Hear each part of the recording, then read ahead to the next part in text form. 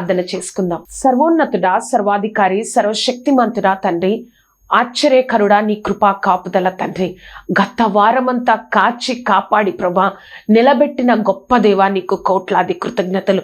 పరిశుద్ధాత్మ దేవ, ఎవరైతే నీ బిడ్డలైన వారు ప్రభా ఈ యొక్క కార్యక్రమాన్ని చూస్తూ ఉన్నారో ఒక్కసారి వారిని జ్ఞాపకం చేసుకోదేవా. ఏ శోధన అధికారం ఉండకూడదు. పరిశుద్ధాత్మ దేవ, నీ కృపా రెక్కల క్రింద భద్రపరిచి బలపరచండి, తోడేండి, నడిపించండి. సర్వశక్తిమంతుడ, ప్రతి ఒక్కరము దేవా నీ నామాన్ని ప్రభా అనుభవించాలి, నీ సన్నిధిని మేము అనుభవించాలి దేవా. ప్రతిదీ నీ యొక్క అధికారంలోనికి తీసుకొని నీ కృపా రెక్కల క్రింద భద్రపరిచి బలపరచు దేవా. నీ గొప్ప కార్యాన్ని జరిగించుకో సర్వశక్తిమంతురా. తోడేండి, నడిపించండి, సహాయమును దయచేయండి, వర్ధిల్లింపచేయండి, ఆశీర్వదించండి, కార్యం జరిగించండి. పరిశుద్ధాత్మదేవా, నీ గొప్ప కృపను అనుగ్రహించండి. నువ్వే తోడుగా ఉండి నడిపించగలరని నజరేయుడైన యేసుక్రీస్తు నామమున అడిగి వేడుకొంచున్నాము తండ్రి. Amen, amen, amen. ఈ వారం మన యొక్క వాక్య ప్రసంగ అంశంగా యోహాను సువార్త 20వ అధ్యాయము 19వ వచనం. యోహాను సువార్త 20వ అధ్యాయము 19వ వచనం. ఆదివారము సాయంకాలమున శిష్యులు యూదులకు భయపడి తాము కూడియున్న ఇంటి తలుపులు మూసుకొని ఉండగా యేసు వచ్చి మధ్యను నిలిచి, మీకు సమాధానము కలుగునుగాక అని వారితో చెప్పెను. మరొకసారి చదువుదామండి. యోహాను సువార్త 20వ అధ్యాయము 19వ వచనం. ఆదివారం సాయంకాలమున శిష్యులు యూదులకు భయపడి తాము కూడియున్న ఇంటి తలుపులు మూసుకొని ఉండగా నిలిచి, మీకు సమాధానము కలుగునుగాక అని వారితో చెప్పెను. ఈ వారం మన యొక్క వాక్య ప్రసంగ అంశము, నీ ద్వారములన్నీ మూయబడిన దేవుడు అద్భుతం చేస్తారు. నీ ద్వారాలన్నీ మూయబడినాయి, నాకు ఆశీర్వాదం లేదు, నాకు సహాయం లేదు, ఏది లేదు అని అనుకుంటున్నావేమో. కానీ మన దేవుడు ఈరోజు నీతో నాతో చెప్తున్న మాట, నీ ద్వారాలన్నీ మూయబడిన మన గొప్ప దేవుడు అద్భుతం చేస్తారు అని దేవుడు చెప్తా ఉన్నారు. అక్కడ మనం చదివిన వాక్యంలో ఆ యొక్క ఆదివారం పునరుద్ధాన రోజు, యేసుక్రీస్తు ప్రభువు వారు తిరిగి లేచిన రోజు, ఆ ఆదివారము ఉదయం దేవుడు తిరిగి లేచిన రోజు మరియకు కనిపించారు. మగ్దలేని మరియకు దేవుడు కనిపించారు. ఆ రోజు సాయంత్రము దేవుడు ఆ యూదులందరికీ భయపడిపోయి శిష్యులందరూ కూడా 11 మంది శిష్యులు, తోమా లేరండి వాడితో, యూద ఇస్కరియోతు ఉన్నారు, తోమా లేరు. ఆ 11 మంది శిష్యులు యూదులందరికీ భయపడి తలుపులన్నీ వేసుకొని లోపల ఉండిపోయారు. అయ్యో, మమ్మల్ని యూదులు ఏం చేస్తారు, ఎలాగా?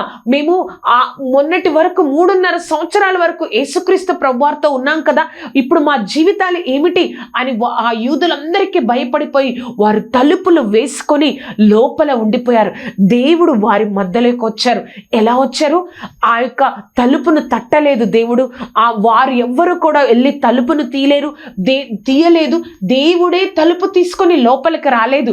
కానీ దేవుడే ఆ యొక్క గదిలోనికి, ద్వారాలన్నీ తలుపులన్నీ మూసి ఉన్న గదిలోనికి దేవుడు వారి దగ్గరకు వచ్చి ఆయన యొక్క గాయపడిన చేతులను చూపించారు.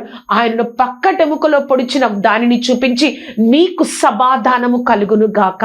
ఏ విధంగా అయితే నా తండ్రి ఈ లోకానికి నన్ను పంపించారో నేను మిమ్మల్ని ఈ లోకంలోనికి పంపిస్తున్నాను. నేను పంపిస్తున్నాను. మీరు ఎవరికి ప్రార్థన చేస్తారో వారికి విడుదల దొరుకుతుంది. మీరు ఎవరికి ప్రార్థన చేస్తారో వారి జీవితాల్లో విడుదల, సమాధానం కలుగుతుందని దేవుడు వారికి చెప్పారు కదా. 3.5 సంవత్సరాలు వారు ఉన్నారు. యేసుక్రీస్తు వారు సిలువ మరణం అవుతున్నప్పుడు వారందరూ చెల్లాచెదురుగా అందరూ ఎక్కడికో వెళ్ళిపోయారు. మరలా భయముతో ఆ యొక్క తలుపులన్నీ మూసుకొని పోయిన స్థితిలో ఉన్నా కూడా దేవుడు వారి దగ్గరకు వచ్చారు. ఆ విధంగా దేవుడు వారి దగ్గరకు వచ్చి అద్భుతం చేపట్టి వారు ఒక్కొక్కరు ఒక్కొక్క ప్రాంతానికి, ఒక్కొక్క దేశానికి వెళ్ళిపోయి దేవుని గురించి మాటలు చెప్పి హతసాక్షులైపోయారు కదా. మనము కూడా చాలా సార్లు అనుకుంటాం, మనకి ఇంకా ద్వారాలన్నీ మూసుకుపడిపోయాయి, ఇంకా నా జీవితంలో ఇంకా ఏ సహాయం, ఏ అద్భుతం జరగదు, ఇంకా జీవితాంతము నా స్థితి ఇంతే, ఇంకా నేను ఈ విధంగానే ఉండాలి అని అనుకుంటున్న నా జీవితంలో దేవుడు ఏం చెప్తున్నారో తెలుసా?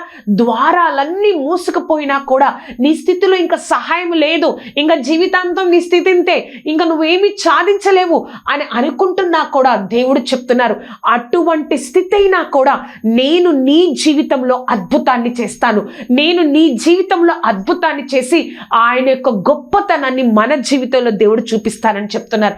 ఎంత గొప్ప భాగ్యమో కదా, ఎంత గొప్ప దేవుణ్ణి నువ్వు నేను కలిగి ఉన్నామో కదా. అవును, మనకి ఈ లోకానుసారమైన ఆ యొక్క ద్వారాలన్నీ మూసుకుపోతాయి, ఏ యొక్క సహాయం మనకు దొరకదు, ఏ యొక్క స్థితి మనకి మారదు, ఇంకంతే అనుకుంటాం. కానీ దేవుడు చెప్తున్నారు, నేను ఆ స్థితిలో కూడా నేను అద్భుతం చేస్తాను. దేవుడు ఎవరన్నా అటువంటి స్థితి గుండా వెళ్తున్న వారి జీవితంలో అద్భుతాలు చేశారా? సహాయం దొరకదు అన్న స్థితిలో కూడా దేవుడు సహాయం చేశారా? జీవితాంతం వీరి స్థితి ఇంతే అన్న జీవితంలో కూడా దేవుడు సహాయం చేశారా? ఏ విధంగా ఆయన్ని నమ్మిన వారిని దేవుడు నిలబెట్టారో మనం 3 విషయాల్లో మనం ఈ రోజు నేర్చుకుందాం. మన యొక్క వాక్య ప్రసంగ అంశము, నీ ద్వారాలన్నీ మూయబడినా దేవుడు అద్భుతం చేస్తారు. నీ ద్వారములన్నీ మూయబడినా దేవుడు అద్భుతం చేస్తారు. మొట్టమొదటిగా, సహాయం పొందలేని స్థితిలో ఉన్న నీకు దేవుడు సహాయం చేస్తారు. సహాయం పొందలేని స్థితిలో ఉన్న నీకు దేవుడు సహాయం చేస్తారు. ఈ స్థితిని ఏ స్థితి గుండా నువ్వు వెళ్తున్నావో, ఇంకా నీ స్థితి మారాలి అంటే ఈ ప్రపంచంలో ఎవరు సహాయం చేసినా నీ స్థితి మారదు. కానీ అటువంటి స్థితిలో ఉన్న నీకు కూడా దేవుడు అద్భుతాన్ని చేస్తానంటున్నారు. అబ్రహాముకు దేవుడు ఇస్సాకును అనుగ్రహించిన తర్వాత ఒక గొప్ప విందు చేస్తాడు అబ్రహాం. ఆ విందు చేస్తున్నప్పుడు ఇష్మాయేలు అబ్రహాంను పరిహాసం చేయడం శారా చూసి, ఆ యొక్క కుమారుడు, ఆ యొక్క దాసి యొక్క కుమారుడు నా యొక్క కుమారుడితో ఉండకూడదు, నీవు వెంటనే ఆ దాసిని తన కుమారుని పంపించేయి అని అబ్రహాముకు చెప్పినప్పుడు అబ్రహాము ఆ మాట వినగానే చాలా దుఃఖపడిపోతాడు. కానీ దేవుడు చెప్తాడు, అవును, నువ్వు శారా మాట విను, వెంటనే వారిని పంపించేయి. ఇస్సాకు మాత్రమే నీ కుమారుడు, అతడు కూడా నీకు పుట్టాడు కాబట్టి, నీ యొక్క గర్భంలో నుంచి వచ్చారు కాబట్టి నీకు తనని కూడా ఒక గొప్ప జనాంగంగా చేస్తారని చెప్పినప్పుడు తెల్లవారుజామునే అబ్రహాము ఆ యొక్క హాగరును ఇష్మాయిలను పిలిచి కొంత ఆహారం ఇచ్చి నీళ్ల తిత్తిని వారికి ఇచ్చేసి పంపించేస్తాడు. పంపించినప్పుడు వీరిద్దరూ కూడా వెళ్ళిపోయి బయర్షబా దగ్గర, ఆ యొక్క బయర్షబా అరణ్యములో ఒక అడవిలో అటు ఇటు తిరుగుతూ ఉంటారు. అప్పటికే వారి దగ్గరున్న ఆహారం అయిపోయింది, వారి దగ్గరున్న ఆ యొక్క నీళ్ల తిత్తిలో, మన భాషలో చెప్పాలంటే వాటర్ బాటిల్లో ఉన్న ఆ యొక్క నీళ్లు కూడా అయిపోయాయి. అప్పుడు హాగరు, ఇంకా నేను ఈ యొక్క కుమారుని యొక్క పిల్లవాడి యొక్క మరణాన్ని నేను చూడలేని చెప్పి ఆ పిల్లవాడిని అక్కడ పెట్టేసి దూరంగా వెళ్ళి ఎలుగెత్తి ఏడుస్తా ఉంది హాగరు. అది చూడండి, ఒక్కసారి ఆ యొక్క పరిస్థితిని అర్థం చేసుకోనండి. వాళ్ళు ఉన్నది ఏ స్థలము? జనసంచారం లేని స్థలము, అంటే ఒక అరణ్యంలో వారిద్దరూ కూడా ఉన్నారు. అక్కడ ఎవరన్నా ఏడుస్తున్నారు అని అనిపిస్తే ఏమని అనుకుంటారు ఎవరు? అందరూ కూడా ఏదన్నా మృగమో ఏదన్నా జంతువో వారిని తినేస్తా ఉందేమో, అందుకే వారు కేకలు పెడతా బాధపడుతూ ఉన్నారేమో, నేను కూడా ఇప్పుడు అక్కడికి వెళ్ళి వారికి సహాయం చేస్తే నేను ఉంటానో లేదో అని ఎవరు కూడా రాగరు. ఆ యొక్క ప్రాంతానికి తనున్న స్థితి దగ్గరికి వచ్చి సహాయం చేయలేని స్థితి కదా. అటువంటి భయంకరమైన సహాయం లేని స్థితిలో ఆ యొక్క బయర్షబా అడవిలో హాగరు ఉండిపోయింది. సహాయం దొరకదు తనకి, ముందు నుంచి సహాయం దొరకదు, వెనుక నుంచి, ఎడమవైపు నుంచి, కుడివైపు నుంచి, ఎక్కడి నుంచి కూడా హాగరుకు సహాయమును దొరకదు. ఇంకా తను అనుకుంది, నాకు ఇంకా సహాయం లేదు, ఈ బయర్షబా అడవిలో ఇదే మాకు ఇంకా చావు ప్రాంతము, మేము ఇద్దరము చనిపోయే ప్రాంతము ఇదే, మేమిద్దరం కూడా చనిపోతాం, ముందు నా కుమారుడు చనిపోతాడు, ఆ కుమారుడు చూసి నేను కూడా చనిపోతాను, మా దగ్గర ఆహారం లేదు, మా దగ్గర నీళ్లు లేవు అని బాధపడిపోతే ఆ యొక్క కుమారుడి మొరను, ఆ కుమారుడు ఆకలితో పెట్టే ఆ బాధను దేవుడు విన్నాడండి. ఒక్కసారి మనం వాక్యాన్ని చదువుదాం. ఆదికాండము 21వ అధ్యాయము 17వ వచనం. దేవుడు ఆ చిన్నవాణి మొరను వినెను. అప్పుడు దేవుని దూత ఆకాశము నుండి ఆగరును పిలిచి, ఆగరు, నీకేమి వచ్చినది? భయపడకు, ఆ చిన్నవాడున్న చోటు దేవుడు వాడి స్వరమును విని ఉన్నాడు. 18వ వచనం. నీవు లేచి ఆ చిన్నవాణిని లేవనెత్తి నీ చేత పట్టుకొనుము, వానిని గొప్ప జనముగా చేసేదని ఆమెతో చెప్పెను కదా. తనకి అక్కడి నుంచి సహాయం దొరకదు. ఇంకా కొన్ని రోజులు అక్కడ ఉన్నా కూడా ఎవరో వచ్చి నాకు సహాయం చేస్తారన్న నిరీక్షణ కూడా హాగరికి ఆ అరణ్యంలో లేదు. అందుకే ఇంకా తను డిసైడ్ అయిపోయింది, ఈ చిన్నవాడిని మరణము నేను చూడలేనని ముందుగానే తను ఎంతగానో ఊహించుకొని, ఇంకా మా తర్వాత స్థితి మరణమే కదా మా ఇద్దరికి, మా తర్వాత స్థితి మాకు ఇంకా అదే కదా, ఇంకా అయిపోయింది మా స్థితి, ఇంకా మా యొక్క కాలగతులు గతించిపోతున్నాయి, మా యొక్క జీవితం గతించిపోతుంది అని నిర్ణయించుకొని హాగరు ఏడుస్తూ ఉంటే దేవుని దూత, భయపడకు, మీ యొక్క చిన్నవాని మొరను నేను విన్నాను అని దేవుడు చెప్తా ఉన్నారు కదా. సహాయం లేని స్థితిలో కూడా దేవుని దూత ఆకాశంలో నుంచి హాగరుతో మాట్లాడుతుంది. తర్వాత ఏం జరిగిందో తెలుసా? 21వ అధ్యాయము, ఆదికాండం 21వ అధ్యాయము 19వ వచనం. మరియు దేవుడు ఆమె కన్నులు తెరిచినందున ఆమె నీళ్ల ఊట చూచి వెళ్ళి ఆ తిత్తిని నీళ్లతో నింపి ఆ చిన్నవానికి త్రాగనిచ్చెను. ఆ దేవుడు ఆ చిన్నవానికి తోడే ఉండెను. అతడు పెరిగి పెద్దవాడే ఆ అరణ్యంలో కాపురం ఉండి వీలుగాడాయను కదా. అప్పటి వరకు అక్కడే ఉన్న నీటి ఊటను హాగరు చూడలేకపోయింది. దేవుడు ఆ భయము, ఆ యొక్క స్థితి, ఇంకా నాకు సహాయం ఎక్కడి నుంచి రాదు, మా స్థితి అయిపోయింది ఇంకింతే అన్న స్థితిని హాగరు ఊహించుకోవడం వల్ల తన దగ్గర ఉన్న సహాయాన్ని కూడా చూసుకోలేకపోయింది. కానీ దేవుడు ఆమె కన్నులు తెరవడం వల్ల ఏం జరిగింది?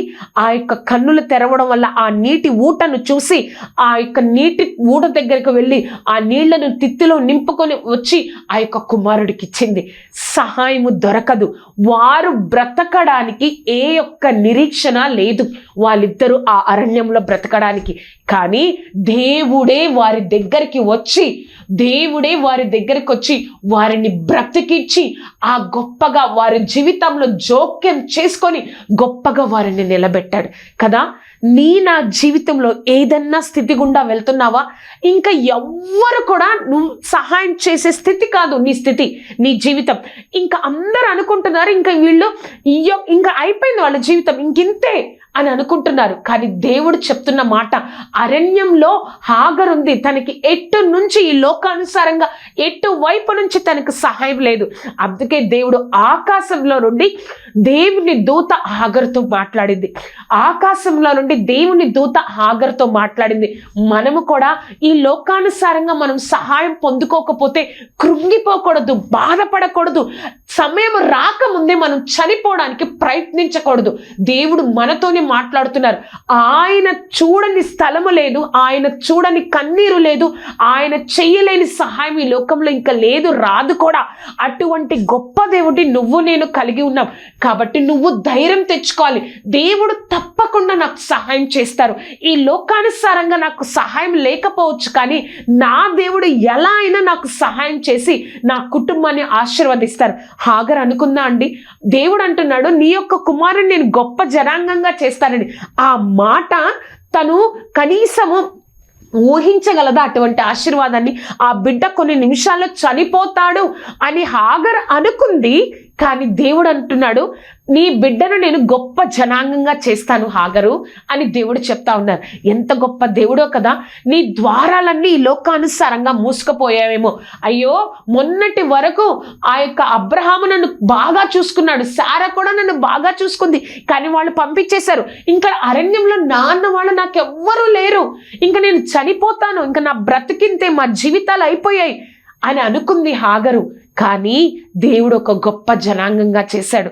నీ స్థితిలో కూడా సహాయము పొందుకోలేరు, ఇంకా వీళ్ళకి సహాయము పొందలేని స్థితి, ఎంతమంది ఏమి చేసినా వీళ్ళ స్థితి మారదు అని అనుకుంటున్న నీ స్థితిలో కూడా దేవుడు ఒక అద్భుతం చేయగలరు.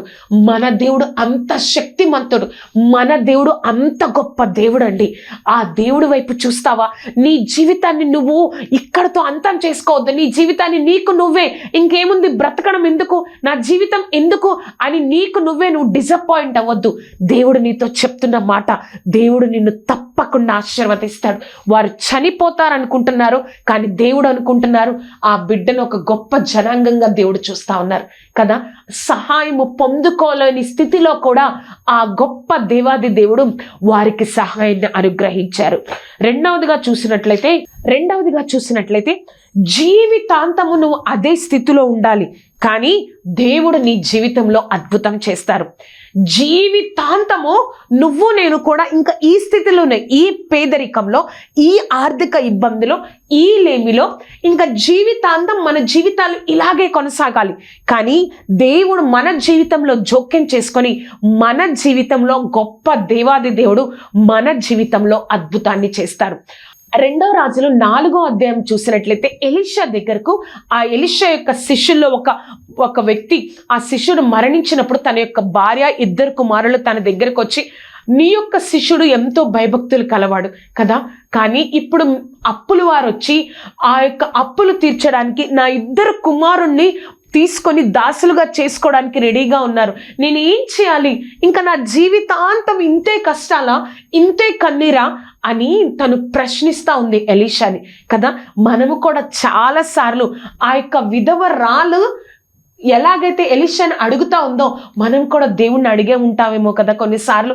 ప్రభా, నా జీవితాంతం ఇంతే కన్నీరా ప్రభా, నా జీవితాంతం ఇంతే బాధ ప్రభా, నేను ఇంకా ఇలానే ఉంటానా యేసయ్య, ఇంకా నా జీవితం మారదా?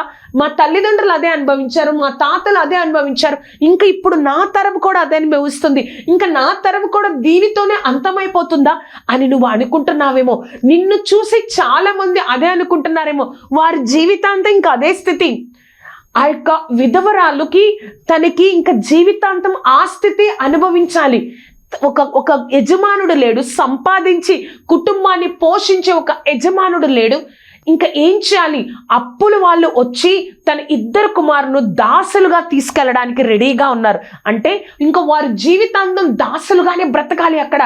కానీ ఎలీషా దగ్గరకు వచ్చి మొరపెట్టినప్పుడు నీ దగ్గర ఏముంది అని ఎలీషా ప్రశ్నించినప్పుడు నా దగ్గర ఒక నూనె కుండ మాత్రమే ఉంది అని చెప్పినప్పుడు ఆ కుండను తీసుకొని వెళ్ళి నీ దగ్గర ఏదైతే ఖాళీ కుండలు ఉన్నాయో అవన్నిటిని తీసుకురా, ఇరుగు పొరుగు వారి దగ్గర అందరి దగ్గర ఆ యొక్క ఖాళీ కుండలన్నిటిని తీసుకొచ్చి ఆ కుండలన్నిటిని నూనెతో నింపమని ఎలీషా చెప్పినప్పుడు ఎలీషా చెప్పినట్లుగా ఆ యొక్క విధవరాలు చేసింది. ఆ యొక్క కుమారుల సహాయంతో ఆ నీటి కుండలన్నిటిని నింపింది. మరలా తెచ్చిన కుండలన్నీ పక్క నుంచి, ఇంటి పక్క నుంచి, ఇంటి దగ్గర నుంచి, ఇంటి వాళ్ళ దగ్గర నుంచి, తెలిసిన వాళ్ళ దగ్గర నుంచి తెచ్చిన ఆ యొక్క ఖాళీ కుండలన్నీ నిండిపోయినప్పుడు ఏం చెప్పిందంటే, ఇంకా ఎక్కడన్నా కుండలు ఉన్నాయంటే లేవు అన్నప్పుడు ఆ నీరు, ఆ యొక్క నూనె రావడం ఆగిపోయింది. అప్పుడు ఎలీషా చెప్తారు, నువ్వు ఈ నూనెను అమ్మి అప్పు తీర్చు, మిగిలిన వాటితో మీరు జీవించండి కదా. జీవితాంతం వారి స్థితి అలానే ఉండాలండి. ఒక దుఃఖంతో, లేకపోతే ఆ 2 బిడ్డలు ఒక దాసులుగా ఉండాలి. కానీ దేవాది దేవుడు, మన గొప్ప దేవుడు వారి జీవితంలో జోక్యం చేసుకొని వారి యొక్క స్థితిని మార్చారు. అయ్యో, ఇంకా నా బిడ్డలు నా దగ్గర ఉన్నారు, ఇప్పుడు నా యొక్క భర్త మరణించారు, ఇప్పుడు నా బిడ్డలు వారి దగ్గర దాసులుగా వెళ్ళాలి. తన స్థితి అది. ఇంకా జీవితాంతం వారి స్థితి ఇంకా అలానే ఉండాలి. ఇంకా ఎవరు మార్చలేరు. ఎందుకంటే అప్పులున్నాయి, ఎందుకంటే వారి కుటుంబంలో సంపాదించే వారు లేరు. ఇంకా ఆ స్థితి అలానే ఉండాలి. కానీ దేవుడు వారి జీవితంలో గొప్ప కార్యం చేశారు కదా. నా జీవితంలో కూడా ఎంతో మంది అనుకుంటున్నారేమో, నువ్వు నేనే అనుకున్నామేమో చాలాసార్లు, జీవితాంతం నా స్థితి ఇలానే ఉండాలి, నా స్థితి ఇంకా మారదు, నా స్థితి ఇంకా జీవితాంతం ఇంతే, ఇంకా ఏమి చేసినా, ఎలా ఉన్నా, ఏమి తిన్నా ఇంకా నా స్థితి మారదు. కొన్ని సంవత్సరాల నుంచి, కొన్ని తరాల నుంచి నా స్థితి ఇలానే ఉంది, ఇంకా నా యొక్క తరం అంతరించిపోయిన తర్వాత నా తర్వాతి తరం కూడా ఇలానే ఉంటుంది అని అనుకుంటున్నావా? ఒక్కసారి దేవుడి వైపు చూడు. నీ యొక్క స్థితి ఏదైతే లోటుగా ఉందో, ఆరోగ్య విషయంలోనా, ధనము విషయంలోనా, ఆ యొక్క అనారోగ్య విషయంలోనా, ఏ విషయంలో నీ జీవితంలో లోటుగా ఉంది, ఆ విషయాన్ని బట్టి ఆ లోటును తీర్చగల గొప్ప దేవుడు మనకున్నాడు. కాబట్టి ఆయన చేయలేనిది ఈ లోకంలో ఏది లేదు, ఇంకా రాదు కూడా. కాబట్టి నువ్వు నేను ఏం చేయాలో తెలుసా? ఆయన వైపు మనం తిరిగినప్పుడు ఆ యొక్క లోటును ఆ గొప్ప దేవాది దేవుడు మన జీవితంలో తీసివేస్తాడు. మన జీవితంలో ఆ లోటును తీసివేసి దేవుడు నిన్ను నన్ను గొప్పగా నిలబెడతారు. ఇంకెప్పుడు కూడా వారు వెనుతిరగలేదు. ఆ యొక్క దాసులుగా, అప్పుల వాళ్ళు వచ్చి నిన్ను దాసులుగా తీసుకెళ్తాం మీ కుమారుల్ని అన్న స్థితి వారు తరతరాలు పొందుకోలేదు కదా. ఎందుకు అంటే వారు దేవుడు వైపు తిరిగారు. ఎలీషా, దైవజనుడైన ఎలీషా వైపు తిరిగారు. మనము కూడా దేవుని వైపు తిరిగినప్పుడు మనము మరలా కూడా ఆ యొక్క నీరు పారి ఎలా వెళ్ళిపోతుందో మరలా అది తిరిగినట్లుగా మనము కూడా మన యొక్క స్థితి మరలా పూర్వ స్థితిని మనం పొందుకోలేం. ఆ లేమి స్థితిని, ఆ యొక్క కన్నీటిని, ఆ యొక్క బాధను, ఆ కష్టాన్ని మనం పొందుకోలేమని ఆ గొప్ప దేవాది దేవుడు నీతో నాతో చెప్తా ఉన్నారు కదండి. జీవితాంతం ఇలానే ఉండమండి. దేవుణ్ణి తెలుసుకున్న తర్వాత మన దేవుడు చరిత్రలను మార్చే దేవుడు. ఒకప్పుడు ఇలా ఉన్నారా, కానీ దేవుణ్ణి తెలుసుకున్న తర్వాత ఇంత గొప్పగా ఆశీర్వదింపబడారని మనల్ని చూసి ప్రతి ఒక్కరూ సాక్ష్యం చెప్పేటట్లుగా మన దేవుడు ఆశీర్వదించగలడండి. అంత గొప్ప దేవుణ్ణి నువ్వు నేను కలిగి ఉన్నాం. మన యొక్క వాక్య ప్రసంగ అంశము, నీ ద్వారాలన్నీ మూయబడిన దేవుడు అద్భుతం చేస్తారు కదా. మన యొక్క ద్వారాలన్నీ కూడా మూయబడిన మన దేవుడు గొప్ప అద్భుతం చేస్తారు. మొట్టమొదటిగా, సహాయము పొందలేని స్థితిలో ఉన్న నీకు దేవుడు సహాయం చేస్తారు. రెండవదిగా, జీవితాంతము నువ్వు అదే స్థితిలో ఉండాలి, కానీ దేవుడు నీ జీవితంలో అద్భుతం చేస్తారు. జీవితాంతము నువ్వు నేను అదే స్థితిలో ఉండాలి, కానీ ఆ గొప్ప దేవుడు మన జీవితంలో అద్భుతం చేస్తారు.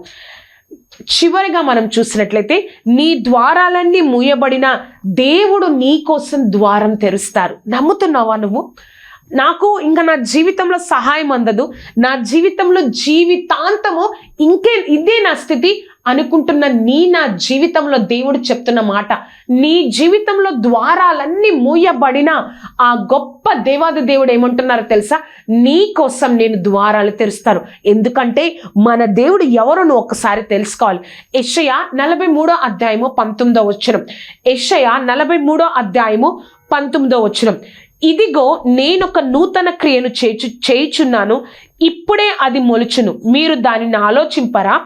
నేను అరణ్యంలో త్రోవను కలగజేయుచున్నాను, ఎడారిలో నదులు పారజేయుచున్నాను. అరణ్యంలో ఎవరైనా దారిని కలగజేస్తారా అండి? అరణ్యంలో నేను త్రోవను కలగజేస్తున్నాను, ఎడారిలో నది కాదు నదులను పారజేయుచున్నాను. అంటే అరణ్యం లాంటి స్థితి నీ స్థితి నా స్థితి అయినా, ఎడారి లాంటి ఎండిపోయిన స్థితి అయినా, అసలు ఎడారిలో నీళ్లు ఉంటాయా అండి? ఎడారిలో ఎక్కువగా అసలు మనకి ఇక్కడ నదులు ఉంటాయా? ఈ నది ఎడారిలో ఉంది అన్న మాట మనం ఎప్పుడన్నా విన్నామా? కానీ దేవుని వాక్యం చెప్తా ఉంది, ఎడారుల్లో నదులను పారజేయుచున్నాను. ఆ ప్రవహించేటట్లు ఎడారుల్లో నదులు చెయ్యగలిగిన గొప్ప దేవుణ్ణని దేవుడు నీతో నాతో ఈరోజు చెప్తా ఉన్నారు కదా. అరణ్యంలో త్రోవను కలగజేసే గొప్ప దేవుడును, ఎడారుల్లో నదులను పారజేసే గొప్ప దేవుడిని, అటువంటి దేవుణ్ణి నేను ఉన్నాను కదా. నువ్వెందుకు భయపడుతున్నావు? నీ ద్వారాలన్నీ మూయబడిన దేవుడు నీ కోసం నా కోసం తప్పకుండా ద్వారాన్ని తెరుస్తారు. ఆ టైం వరకు నువ్వు విశ్వాసంతో ధైర్యంతో ఆయన వైపు చూడాలని దేవుడు ఆశిస్తున్నారు. ఎందుకంటే నీ యొక్క సాక్ష్యం అనేక మందిని దేవుడు వైపు త్రిప్పాలి. కాబట్టి నీ యొక్క స్థితి నుంచి నా దేవుడు నా స్థితి నుంచి బయటికి లేవనెత్తాడు అని నువ్వు అనేక మందికి సాక్ష్యం చెప్పాలి. కాబట్టి దేవుడు నిన్ను ఈ స్థితి గుండా నడిపించారు. నువ్వు ఆయన వైపు తిరిగినట్లయితే, మనం ఎలా అయితే ధ్యానించామో, హాగరుకు దేవుడు అరణ్యంలో ఏ విధంగా అయితే సహాయం చేశారో, ఎలా అయితే ఆ విధవరాలు యొక్క పిల్లలు జీవితాంతం తరతరాలు దాసులుగా ఎలా ఉండకుండా దేవుడు చేశాడో, మన దేవుడు తప్పకుండా నీ జీవితాన్ని కూడా ఒక మార్పును కలగచేసి అప్పుడు అలా ఉండేదాన్ని. కానీ నా దేవుడు నా జీవితంలో జోక్యం చేసుకొని ఆ స్థితిని మార్చారు. ఆ పూర్వ స్థితి నాకు పోయింది, ఆ స్థితి నాలో నుంచి తీసివేశాడు. నా జీవితం ఆ స్థితి గుండా వెళ్ళట్లేదు. ఇప్పుడు పూర్తిగా అదొక కలలాగా దేవుడు చేసేసాడు, తీసివేశాడు. వేరులతో సహా నా దేవుడు ఆ యొక్క దానిని తీసివేశాడు అన్న సాక్ష్యాన్ని దేవుడు నీ ద్వారా నా ద్వారా ఈ లోకానికి చెప్పిస్తాడండి. నీ సాక్ష్యం నా సాక్ష్యం ద్వారా అనేక మంది దేవుడి వైపు ఆకర్షింపబడతారు. అంత గొప్ప జీవితం అండి.